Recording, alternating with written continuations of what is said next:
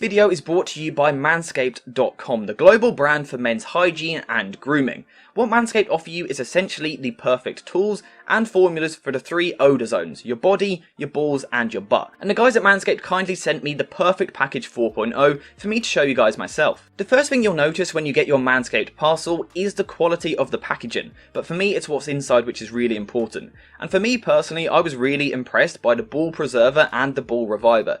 Two things you don't really think about, but it's massively essential for the hygiene of your balls. But of course, the main talking point about the Perfect Package 4.0 is the Lawnmower 4.0, Manscaped's 4th generation waterproof electric ball trimmer with advanced skin safe technology, which massively reduces the chances of cuts and nicks when shaving your private area.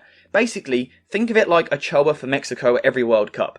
The Lawnmower 4.0 saves your balls, it really does. It also has a super smart charging system with this little docking station. You just put your trimmer in, give it a second, the light will come on, and now your trimmer is charging. It really is as simple as that. And I think that's my favourite thing about the whole product. It's so small, so easy to use, it just makes the whole process of trimming your balls and looking after your male hygiene, it just makes it all so much easier. The people at Manscaped have actually even gone one step further, because now for a limited time you can get all of this plus 2 extra products for free, which includes this travel bag and also a pair of boxer briefs, which again, really comfortable, really recommend. All of this is available using the link in the description down below. Head to manscaped.com and use code AJAnalysis for 20% off your order and free postage, and again, those 2 free gifts. Make sure to use Manscaped in the description down below to get the right tools to save your family jewels. Hey guys, welcome back to the AJ Analysis channel, where we are back with the World Cup coverage. The World Cup isn't stopping anytime soon, so neither are we. The games are coming quick and fast. This one I have literally just finished watching, Brazil versus Switzerland. Now, it wasn't exactly a classic, but kind of like I was saying with Brazil's game against Serbia, Brazil are Brazil. You've got to talk about Brazil at a World Cup because they're so historic, so iconic, so legendary. Kind of got to talk about it, and it was actually a decent game, and I thought we saw some interesting little tactical tweaks. I think we saw how much Brazil missed Neymar, and I think we saw certain things that despite Brazil's win, I think we saw certain things that other teams might use what Switzerland done, because there were a couple of things that Switzerland done quite nicely to kind of hurt this Brazil team. So that's a couple of the things I want to cover in today's video. Now, as we would expect, Brazil were the dominant team, the team that had most of the ball, because Switzerland weren't pressing particularly high up the pitch because of being aware and cautious of what's going the other way. You know you can't press too high against Brazil because they've got the likes of Vinicius, Rafinha, Richarlison, Paqueta on the counter-attack. It's a really risky game trying to press them too high. So Brazil were able to get a decent amount of touches on the ball in this area with someone like Embolo and So operating like this. Embolo between the 2 centre-backs and So trying to stop Casemiro getting on the ball. We then had Ryder on this side on Alexandro, and then Vargas on this side on Militao. Now, what Brazil done here was a lesson to some other teams at the tournament on how you kind of progress the ball from here, because initially it looks quite difficult. We can see the man-for-man positioning in these areas and the man-for-man positioning in the midfield. Something that, if you're an England fan, England struggled with against USA. What Brazil done was quite intelligent. They moved Militao, who of course is naturally a centre-back, into a slightly narrower position, because what this does is it gives Vargas a decision. He can either sit off, but then you give a quality player time on the ball, which can leave risk going in behind the other way. Or you can press, but because of the fact that he's moved narrower into this area, it means that Rafinha on the right wing can now drop much deeper in to get the ball like this and then turn, or the ball can go into Fred here and then he can turn and get the ball to Rafinha. But often what we'll see in this sort of situation is Militao plays the ball to Rafinha, the fullback gets really tight up against him, but Militao makes the underlapping run, and that's just one way that Brazil can progress the ball. And I just thought it was an interesting thing because it's nothing outrageous. We see a lot of teams in Europe do it. We see a lot of teams in the Premier League do it. But it's not something that we've seen a ton of at this tournament. The better teams are doing this. Some of those teams that aren't quite there aren't doing it. So I thought it was something that Brazil done well. But in general, Militao didn't look to get too far forward. And Brazil at times kind of had a 3-2 shape, with Militao kind of forming a back 3, Casemiro in front, and then Sandro on the left side. Sort of this off-balance 3-2. We also saw Fred regularly dropping quite deep, forming a 2-4. Brazil had a few different possession shapes that they were trying to use, and the reason that they were trying to use different shapes is because Switzerland were going man-for-man in the middle of the park, which means you've got to try and move them about. So sometimes Paqueta would be higher, drawing Freuler deeper, Xhaka higher, things like that. Brazil were trying to move the Switzerland team about, but it wasn't that easy for them to do that. I think what didn't help Brazil when they were trying to do this was that the wingers just didn't play with enough width, and they really struggled to get Richarlison into the game. So kind of 3 players, your front 3, not offering overly too much for certain spells of the game, it's always going to affect your team. Vinicius was often coming into these areas here, which just allowed Switzerland to kind of narrow up a little bit. Alex Sandro isn't the biggest threat in the world going down the left wing, and Rafinha also kept coming inside at times, which, again, Militao wasn't particularly overlapping, he was often dropping a little bit deeper.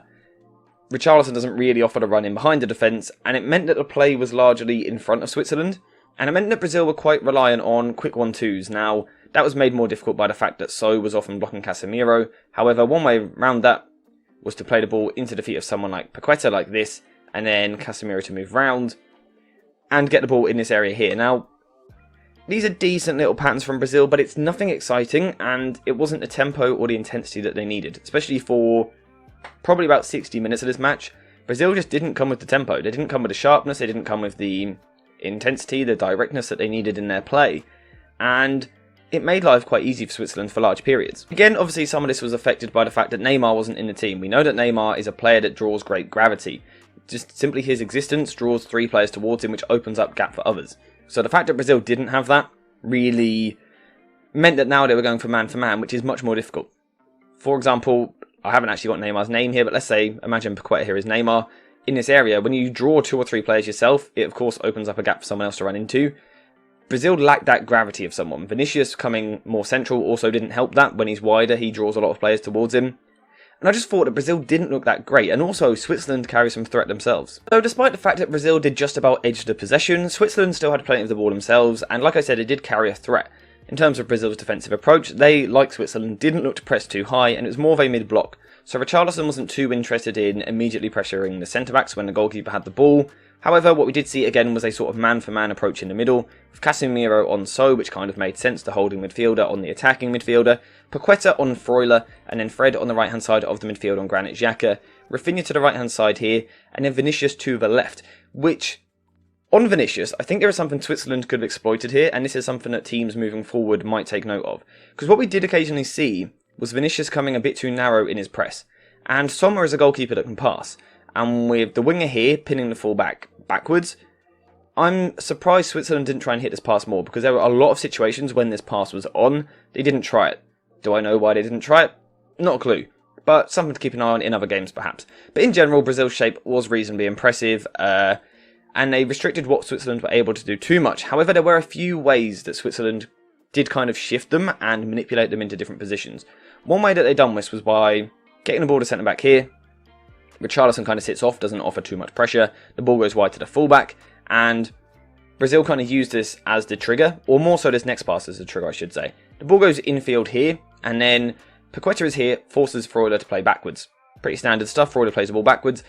Brazil seemed to use that as a pressing trigger, so then we would see Richarlison go on one of the centre-backs, and Paqueta now coming forward and forming a front 2. But because they were pressing from this deep position, Paqueta starting here and then pressing, it meant that it was really easy for Switzerland to bypass. And if Xhaka was there quick enough, and Paqueta was a bit too slow on the press, or Richarlison was, it meant that the Switzerland centre-backs could then play an easy pass into Xhaka, who could then turn and get on the ball. Freuler would move into the right half space, So to the left. And now we can see that Switzerland have a 3 versus 2 in the midfield, which, again, Switzerland didn't really make use of this, and didn't actually hurt Brazil too much. But it's just something else that I think teams might need to look at as the tournament progresses. I'm not trying to give people the answers on how to beat Brazil, just things that I was noticing in the game. If Switzerland were a bit more expressive on the ball, they could have caused problems. A 3 versus 2 in midfield is a really good situation. When you've got 2 players out of the game like this, it's a really good situation to get yourself into. I think Switzerland could have been more expressive. One thing that they did try to do was this, and that was Embolo dropping deep like this, drawing Marquinhos out, and then getting So to go in behind and hitting the ball quite direct. Because we know that Thiago Silva doesn't have the recovery pace to get across. This was something that we saw a couple of times during the first 20 minutes. However, then something really interesting happened, and I couldn't figure this out during the game quite what was going on here. We saw Thiago Silva and Marquinhos swap side. Now, I completely understand why they done that, because it now meant Thiago Silva was the one going tight with Embolo, and it now meant that Marquinhos was covering the So run. Marquinhos is much more quick along the ground, much quicker feet, much better stride length, able to keep up with the likes of So and stop that threat in behind. Now, the reason I say I don't get it is because then in the second half we saw them swap back again, and then swap again. They swapped 3 times in total, so between them they went, Marquinhos for example went right centre back, left centre back, right centre back, left centre back. which isn't something you see too often, so that was quite interesting. But in general, this was a really tight game. The difference in the end was the quality of the Brazilian substitutes. Rodrigo coming on for Paqueta at half-time, which was a really aggressive substitution. I absolutely love that. And actually, his pressing intensity was better than Paqueta's, and it did kind of stop Switzerland at times. We also saw Guimaraes coming on for Fred, which was an important sub, which I'll come on to. We also saw Antony come on for Rafinha. Kind of like for like in terms of style, but Antony was just way more direct with the way that he played, which really helped Brazil. And we saw Richarlison come off for Gabriel Jesus. These were the 4 subs that happened kind of at some point during the second half, and they all played a different role. So, the role of Guimaraes was important, because what he done was allowed Casemiro to play slightly higher, because we know that Guimaraes is a very good ball progressor. Now, Fred certainly has his strengths in midfield. One of them isn't getting the ball forward, so it means Casemiro often has to sit deeper and progress the ball from there. With Guimaraes now on the pitch progressing the ball, Casemiro was able to push a little bit higher. What we also saw was Antony on the right, like I said, being just far more front-footed. So even when he was getting 2v1'd in situations like this, he was still more than happy to take the risk to knock the ball down the line and try and get past his man. So again, that got Brazil moving in the right direction, playing with more intensity. Rodrigo also done something very similar, but just way more direct with the way that he looked to play. We know that in terms of comparison to Paqueta, Rodrigo has slightly quicker feet and perhaps a slightly quicker thinking. He just brought something, a different energy, a different pace, a different tempo to the game that Brazil didn't previously have. And we also saw Vinicius playing wider on the left wing, which we know, as always, is going to stretch the defence more. And kind of all of this combined eventually led to the goal. We saw Rodrigo getting the ball in this sort of pocket here. We saw Casemiro getting further forward, and that was where the goal came from. It was kind of a bit of an individual moment of quality. It wasn't really tactical genius, just pure quality from Casemiro to score the goal. But it was a little tweak that happened that allowed him to get there, with Guimaraes playing deeper, letting Casemiro go higher. It did lead to the goal. And then after that, Switzerland were starting to pile men forward because they knew that they needed the goal to give themselves a real good chance in this group in that last game against Serbia. So they started pushing men forward. And this was then when the substitution of Gabriel Jesus became important, because in transition, he just offers something different to what Richarlison does. His link play is brilliant, his ability to bring others into the game. And with Antony and Vinicius either side of him on the wings, with Rodrigo also making the runs, Brazil probably should have scored a second goal and killed the game off late on. Vinicius had a good opportunity wasted. Brazil didn't quite get there, didn't quite kill the game off, but it was enough. They'd just about done enough, and this is the importance of good squad depth, and using that squad depth. It's alright saying you've got a squad of 26, which is absolutely stacked with talent and is credible. It's a different thing actually making the substitutions and being brave. It was brave to bring Rodrigo on for Paqueta. Did Rodrigo make a massive difference? Not exactly, but he did get the assist and just brought a different tempo. Like I said, Antony was more direct. Moving Vinicius wider on the left wing was a positive impact. And Gabriel Jesus offered something on counter-attack.